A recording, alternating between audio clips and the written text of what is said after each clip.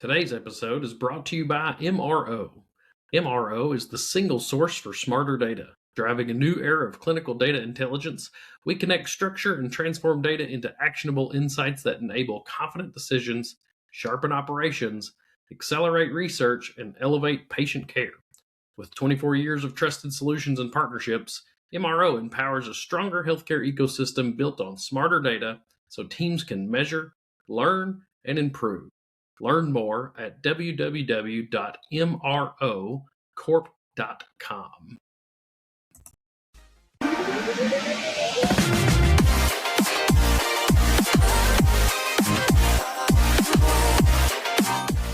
HIPcast is brought to you by Enterprise Social Record. Hey, today we have Seth. I've missed you. It's good to see you. I feel like we haven't talked a lot.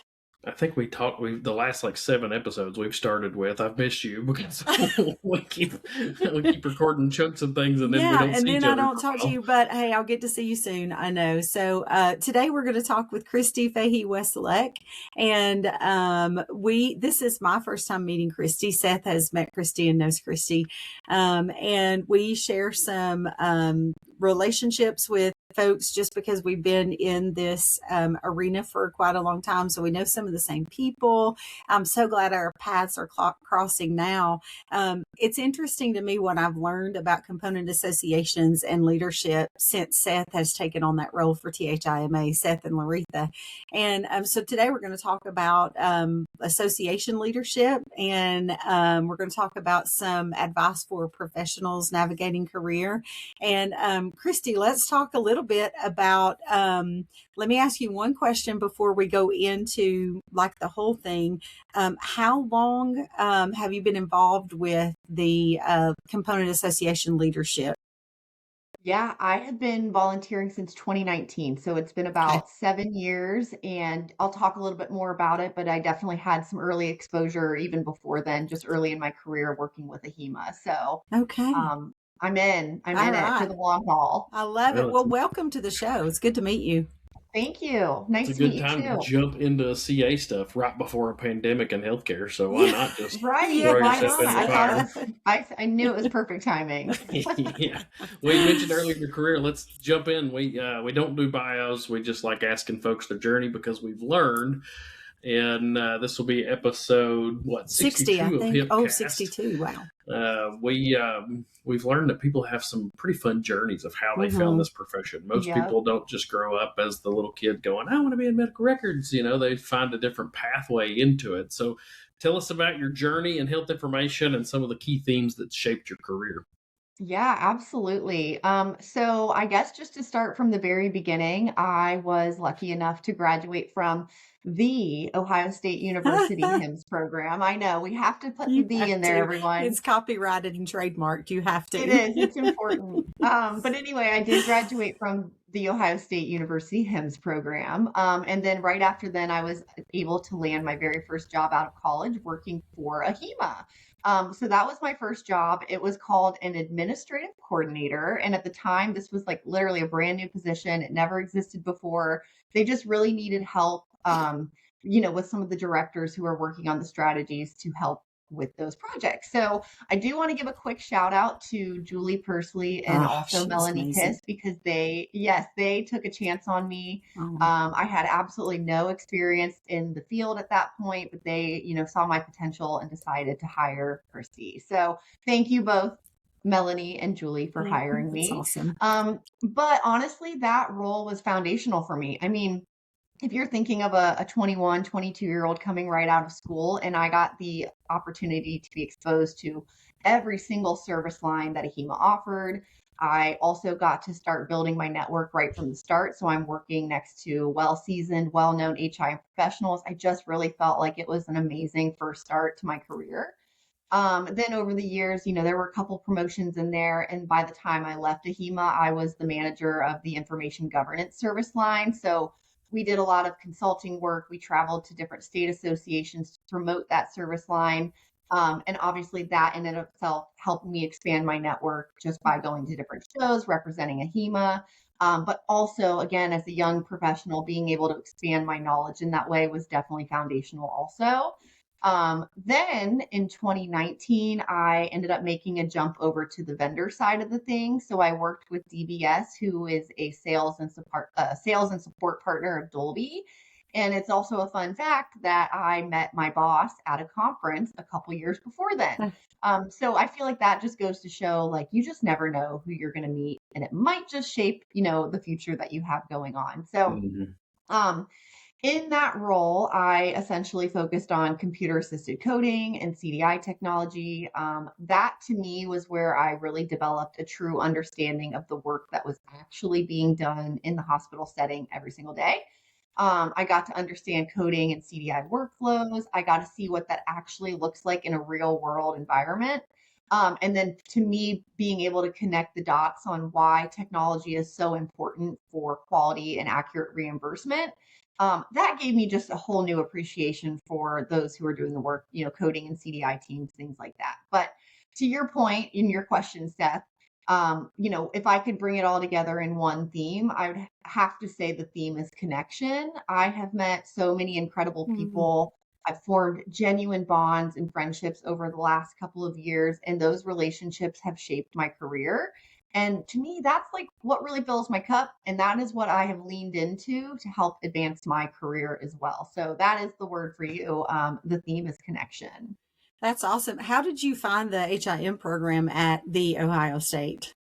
That's a good question. So I think it's a similar story to a lot of people. But one of my dad's friends, her daughter basically was in the HIM world, and she was a second time career HIM person.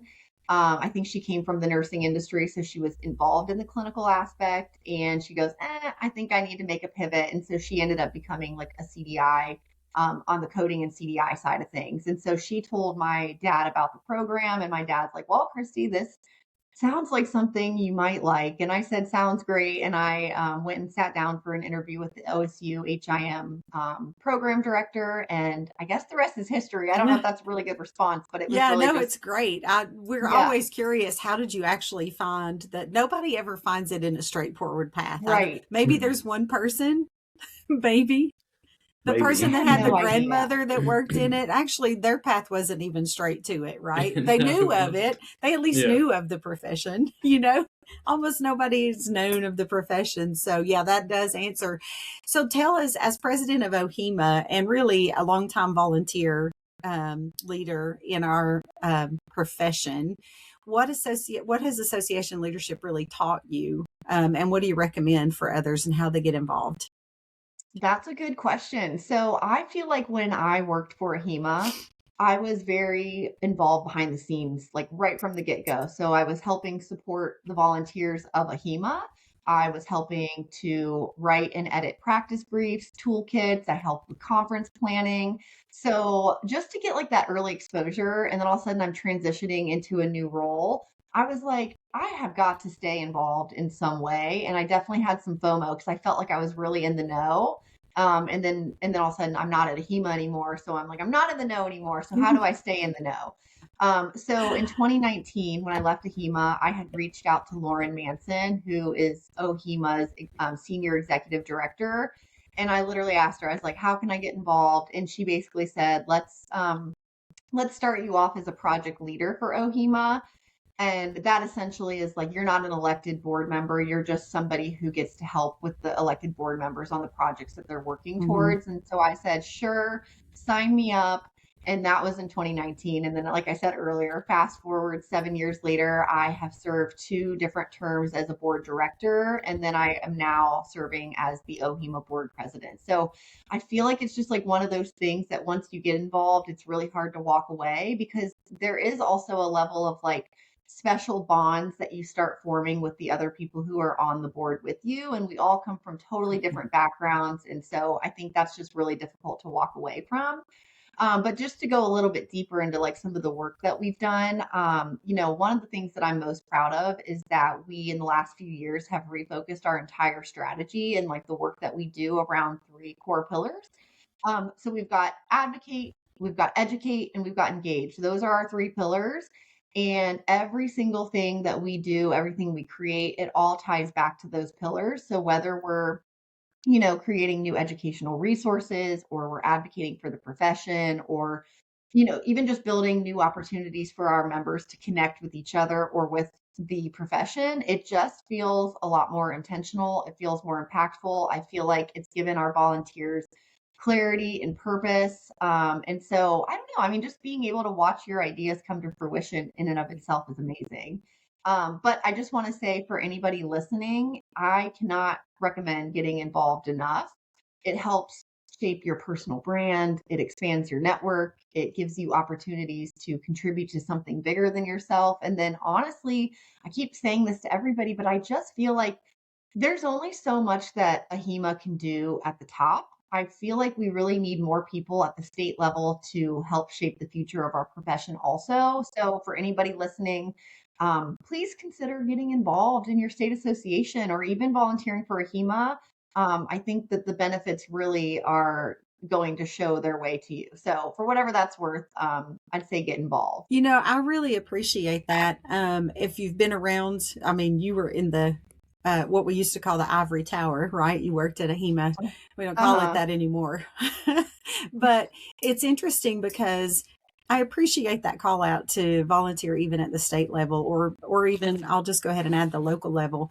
But it's interesting because no matter what our current relationship is with AHIMA from a agreement or disagreement standpoint, the state level is your home. The state level that you choose as your CA, or that you're auto assigned to if you don't choose, that is your component association or your health information management home. And so regardless of when we're having, when mommy and daddy are fighting, we all still love the kids, right? And so come and be part of the state level. First of all, that helps you enrich your relationships and that connection that you were talking about, Kristi, but it also helps to inform the members, and they can get an insight on why is AHIMA making the decisions they're making. What is the impact at the state level to the CA, and then how does that trickle down to the member? So I definitely appreciate the call out to say, just come to the state level and volunteer. Right. I know that at the national level, it's hard to get AHIMA. They struggle with volunteers, they struggle with voting, but that is also true at the state level. We struggle with volunteerism, we struggle with voting. Like those things are okay. Even if you're not going to volunteer, stink and vote. There is an active voting opportunity. Just go vote to choose your leaders for your state. Right.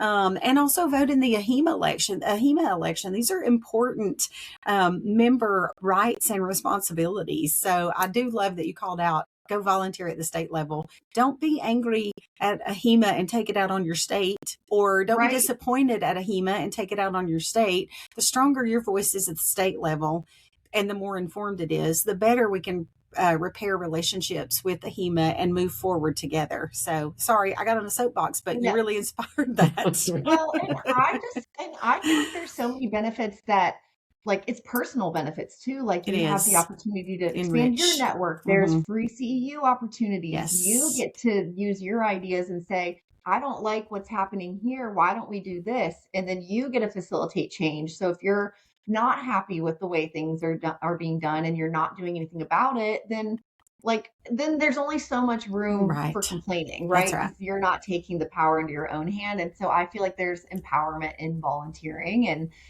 creating the change that you want to see. So that's what I'm feeling like, that grassroots, the ground up is also very important. Like AHIMA can set the strategy, and we have to do what we can do at the state level and the local level, and again, your own personal level of what you want your profession to be also. So yeah, we could probably talk about that a lot. That's true.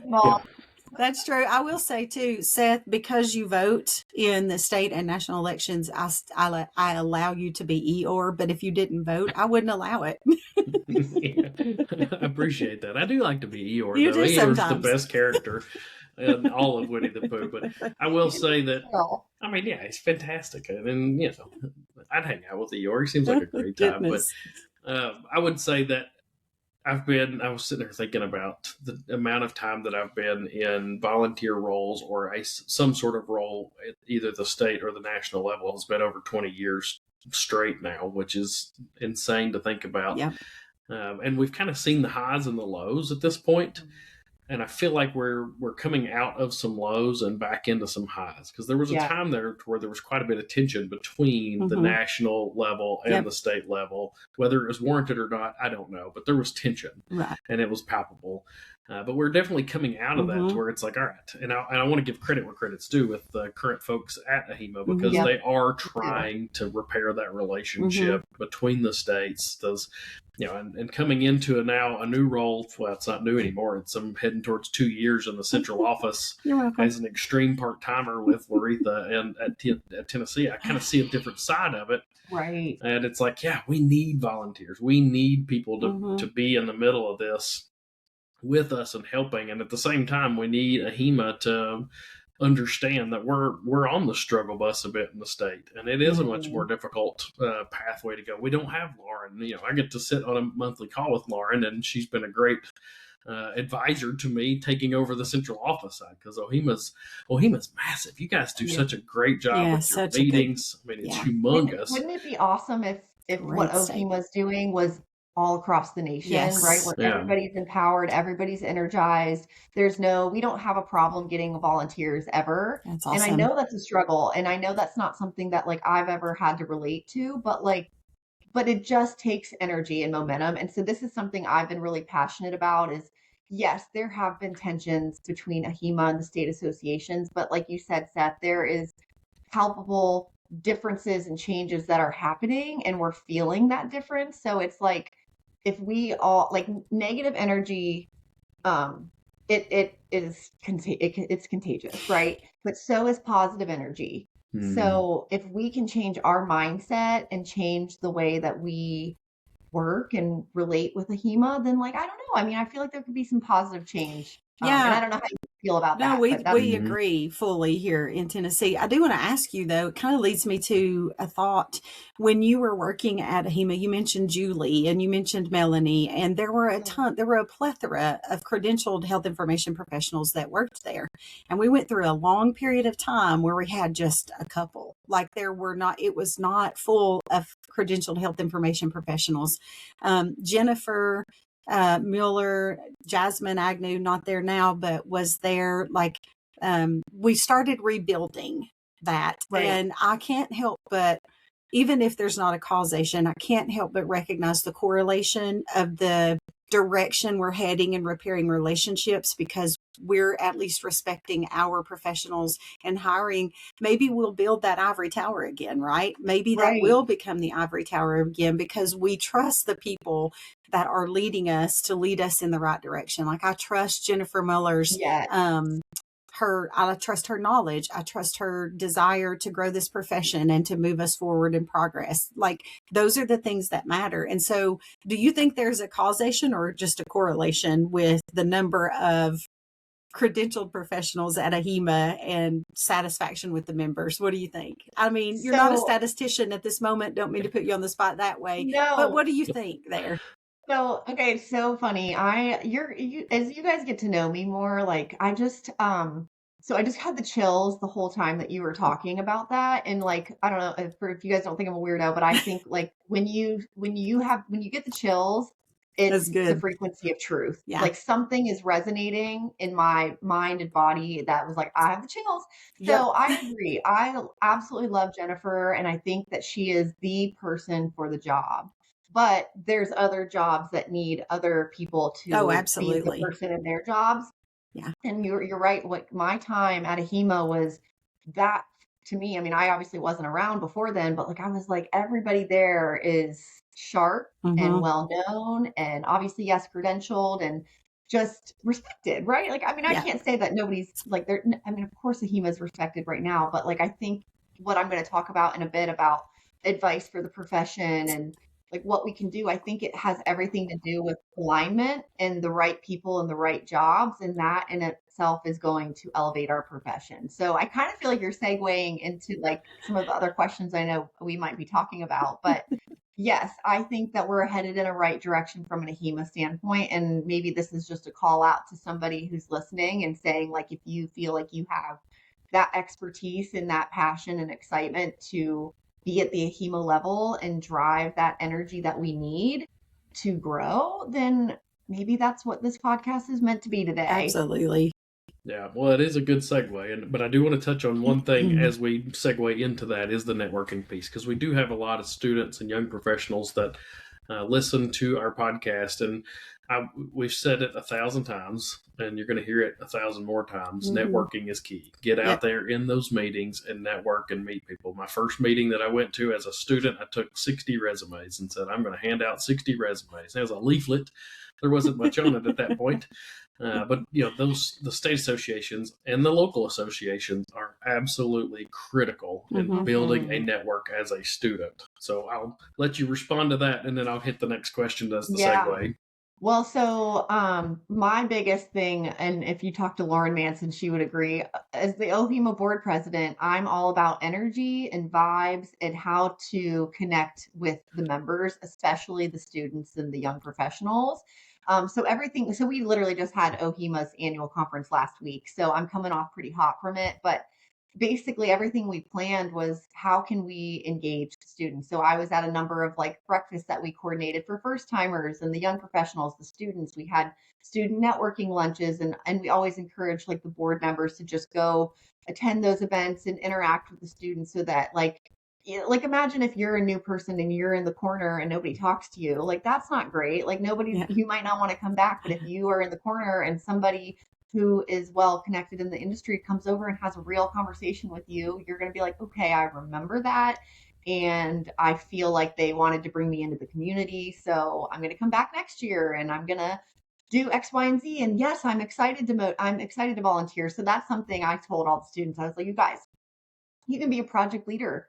You could be a student project leader for the OHIMA board. You could graduate right out of school and you can be on the board and just have an exposure to the type of projects that we're working on. I oversee the social media committee. So I'm asking students all the time. I want students because they're on social media all the time. So for me, it's I'd say get involved. And then I want to say one more thing, because there's always one or two students every year that stick out to me, and they're the ones that take the effort or the initiative to come up and talk to me.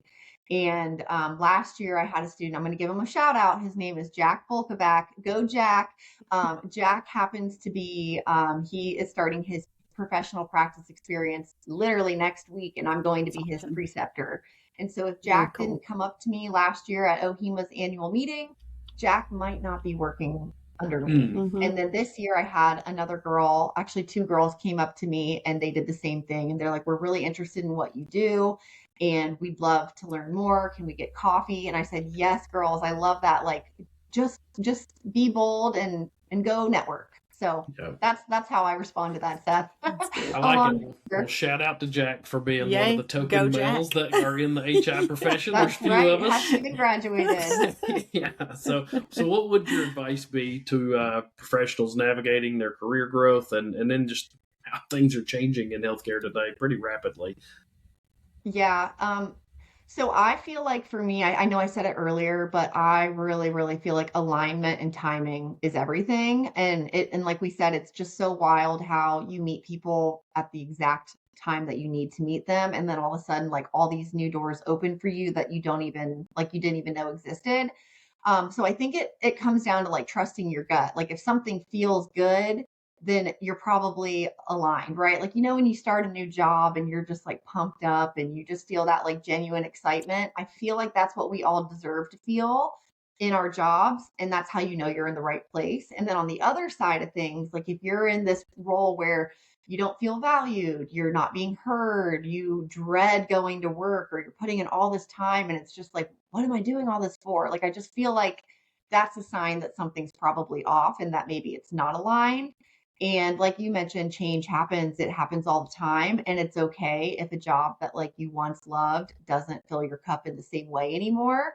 So one of the things that I've been thinking about a lot lately is what if all of us, every single health information professional, every single person listening to this podcast right now, what if we were all in a job that genuinely lit us up, right? So if every single one of us is aligned and we're honoring our actual skill sets, wouldn't that just elevate our profession? Because think about it, we'd be more motivated, we'd be more productive, we would have more freedom to be creative and think outside the box and use our ideas and our actual skill sets to get work done. Like, I know that sounds kind of like a weird concept, but like if we all shifted into roles that aligned, kind of sounds like a solution.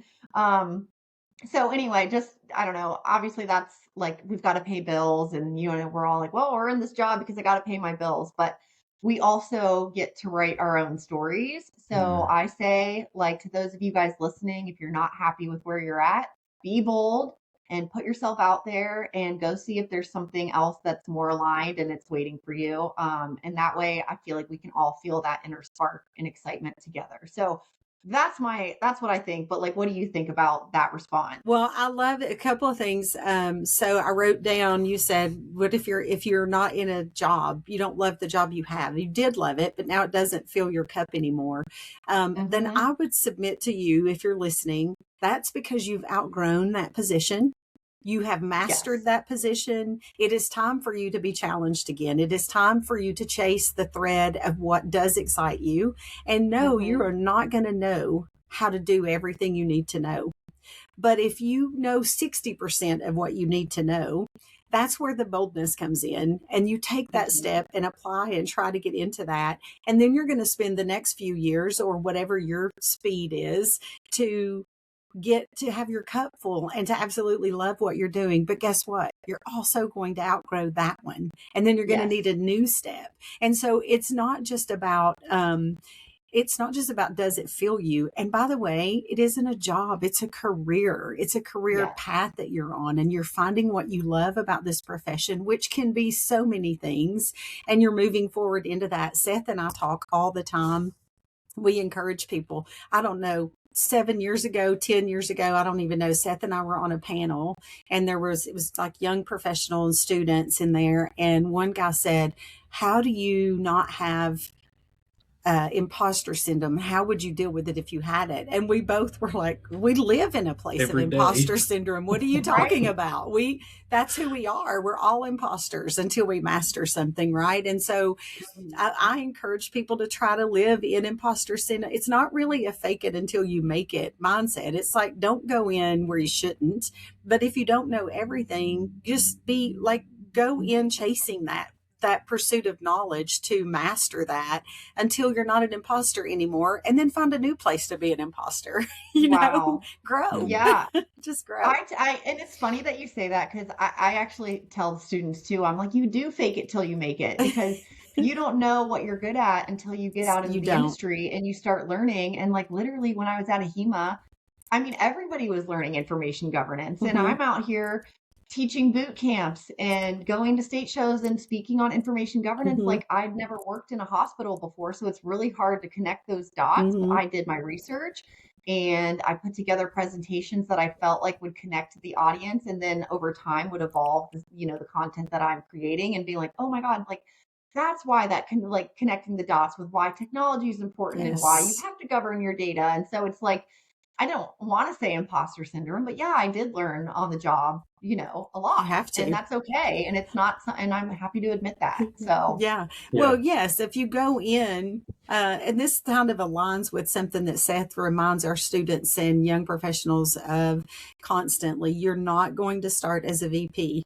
So you need to have a little growth in this domain, and a little growth in this domain, and a little growth in this domain. And then you can execute at that operational or at that strategic level, right? Like, operationalize here, operationalize here, operationalize here. And then you're seeing it at that higher level when you're building strategy around that, or when you're following strategy, but you're actually executing on it instead of just having that operational component. So the growth is, it's required. It's, people call it imposter syndrome like that's a bad thing. I don't think it's bad at all.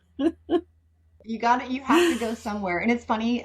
This is something I say all the time. So for people who know me, I'm sorry, I just say it a lot, but like, when I walk into a room and you see all these big titles, you see the CFO and the VPs and senior directors and whatever, right? Those people are still just people, and they still yes, they go to conferences to learn, but they also are just a person. They have a family. They have they have a past, and they maybe faked it till they made it. Is that faked it till they made it? That's not how you say it. Faked In it East till they Tennessee, made that's the it. proper It's way. Tennessee. Yeah. It's Yeah, fine. you know what I'm saying. But like for me, it's like I don't like see a big title and then like start shaking in my boots like, oh my gosh, it's a CEO. Like I'm nervous. Like it's just like it's a human, and that's where I feel like I'm really good at just connecting on a human to human level and bridging the gap between whatever our roles might be. And that's my advice to students and people who are new to the field, or maybe you're in the field for a long time and looking for a career change, but like maybe you aren't as extroverted as I might be. Like it's okay to just connect with people on a human level and let them get to know who you are also as a human. I like it. I really like that. I use the 4% rule a lot. Ooh, what's 'Cause I don't that? care. I don't care about the titles either, but it's the 4% rule that everybody knows 4% of the situation that's going on, and it's everybody Interesting. coming together that puts the full picture. So, so it helps me like sort of pull back a little bit of ego to be like, well, I'm the expert in the room. Well, no, I know my 4%, That's and that right. person knows their 4%, and that person over there knows their 4%. So we're going to bring that together into a story to solve a problem, to do whatever it may be. And that's always helped me just to sort of be like, all right, everybody's got their 4%. Everybody knows their 4%. I don't have to know everything under the sun. I know I know what I've got to do, and I can go operate off that. So that's the 4% rule. I don't know if that's official. I just made that up. So doesn't that like kind of go back to what I just said about like, what if every single one of us who has our 4% skill set, what if we were in a role that just was that exact 4%? And you're not just wasting your time or your energy doing work that doesn't fill your cup. It's just like, to me, I'm just in this new era, guys. Like I just am in a new era, and I'm just like, I don't want that from, I don't want to be in a job that doesn't like fill me up every day. So I don't feel like, for those of you listening, like if you're like, gosh, I don't like my job either, like go somewhere else, right? And go find your 4% and contribute with what you're really good at. So I don't know. I'm definitely in. Give your 100% to your 4%, right? And if it doesn't make you want to give 100% to that 4%, then find a new bucket for sure. Yes. 2026. Yeah. Let's go, guys. Yes, that's right. 2026 got to be better than 2025, right? That's what I say anyway. So Kristi, as we come kind of toward the end of the show, I would love to know what's next for you. What is next for Kristi? That's a good question. It's funny that you ask that, because again, I'm going to be I just repeat the same things, but like speaking of alignment and timing, I definitely do have a new update. This is something that I have not shared publicly yet. But as of February, I have been working on something new. I've started a new role. And it just so happens to align with my 4% skill sets, which is, yeah, it's networking and relationship building and all those things, bringing people together in a more intentional and meaningful way. That is definitely the new role that I'm in, and it's where I'm focusing all of my energy. But I'm not going to share too much yet, because I am building up to something at the moment. And if any of you guys listening are going to be at ACTIS, I do plan to debut what I've been working on then. So keep an eye out over the next month or so for some official announcements. And maybe, I don't know, guys, maybe I can just come back on the HIPcast and let everybody know what I've been up to all this time. But overall, I am extremely excited about this next chapter. I have loved all my chapters before, and now where I'm at just feels like kind of the natural evolution of my career. So it's funny that you ask. I am in a new role. Loved all the other ones. Thank you to the OHIMA, the DVS, and the Dolby team. And now something even more exciting is in line for me. So I don't know what that makes you guys think, but I'm being a little elusive over here. Oh, elusive, like the moose. I love it. Elusive like the moose, is that a saying? Yeah. What is that? Nothing. It is something. I was in hot springs in Yellowstone. Where Charlie was, I don't know, Charlie might have been 15. So my son, he was probably 15. So it's been a long time ago. But we were in the hot springs, and this Yellowstone ranger comes over, and it's on his off day, and he gets in, and he said, what animals, what wildlife have you seen? And so we told him all the wildlife we've seen. I said, we're still looking for a loose. And he said he was from, I think he was from northern Montana, maybe. And he said, yeah, they're moose are elusive little buggers. And I was like, okay, so elusive moose. Elusive Mooses, meese, I don't know. They're elusive. Yeah, I like it. They are. They kind of they kind of like are like Eeyore. They really kind of are. Yeah, they just go do their thing and drink some water out of the lake. Absolutely. We definitely brought good vibes to the HIPcast podcast, even though Eeyore over here is still just, I'm enjoying my life, giving my 4%. Maybe I need to find, it's Rocky and Bullwinkle, right? One of them was the most, right? So, yes. But Kristi, it's been a pleasure having you on HIPcast. Thank you for joining us. Thank you guys for having me. This has been really fun. And Shannan, it was really nice to meet you, and Seth, to connect with you again. And I'm sure we're going to be seeing each other a lot more now. Yeah, so can't wait to having me. Yeah, I can't wait to have you back on. That'll be great. Awesome. That's I'm right. excited. Absolutely. All right, Shannan, until next time, my friend. We'll see you next time, buddy.